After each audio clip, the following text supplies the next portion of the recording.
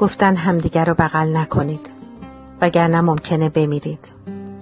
هی زندگی رو ضد عفونی کنید وگرنه ممکنه بمیرید.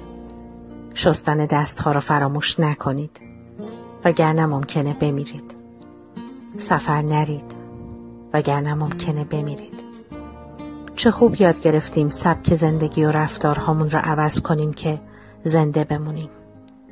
انگار از مردن بیشتر از خدا میترسیم.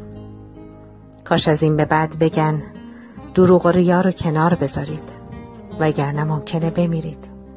دست از قضاوت هم بردارید وگرنه ممکنه بمیرید. مال حرام تو زندگیتون نیارید وگرنه ممکنه بمیرید.